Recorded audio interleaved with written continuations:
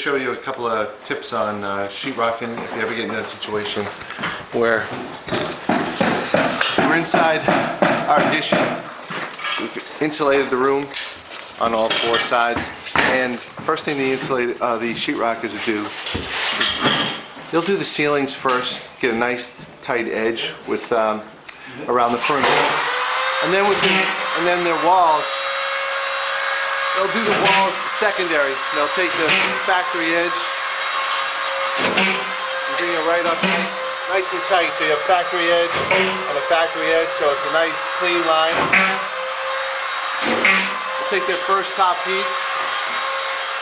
The second piece they trim, and if you have to trim it down, they'll leave the cut edge on the bottom, because typically you'll put a baseboard or flooring up to that. It's not as important for taping. And then they'll have factory edge and factory edge together.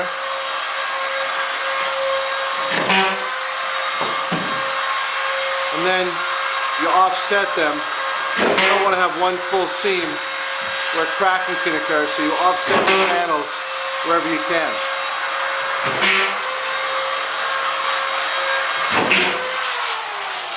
You make sure you hit your studs so you can screw right into.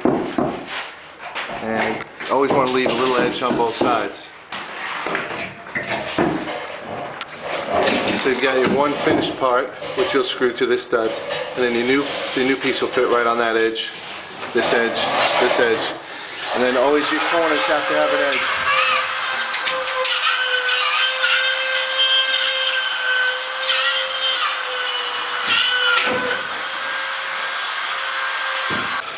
Now in this old house that we've been doing, sometimes you'll run into walls where you were thinking you're going to just clean them up. They've been years of maybe wallpaper. In this case, this was a house that had wallpaper and then wall borders, one on top of the other, and I couldn't clean it up in some places.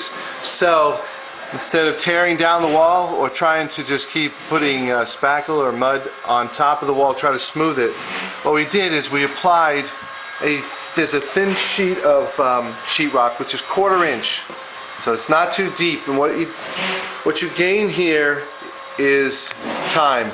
The sheets aren't that expensive; they're under $10 a sheet, and once you attach it to the wall, now you're starting with a brand new surface that can be skimmed, taped, and it'll give you a really nice surface. And we did this wall, and we did the inside wall here with a 1/4 inch material, and now it's going to come, it'll be a brand new wall without taking up a lot of depth and a lot of space, and we didn't have to remove the old sheetrock.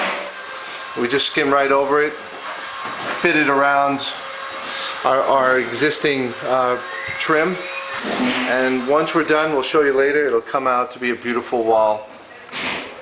That's just something you may want to think about. If you have some bad walls that can easily be repaired, this is one way that you can do it. Just take just 1/4 inch sheetrock and start from new. And in this room, we did the same thing. We just skimmed it overlaid it with a 1/4 inch material.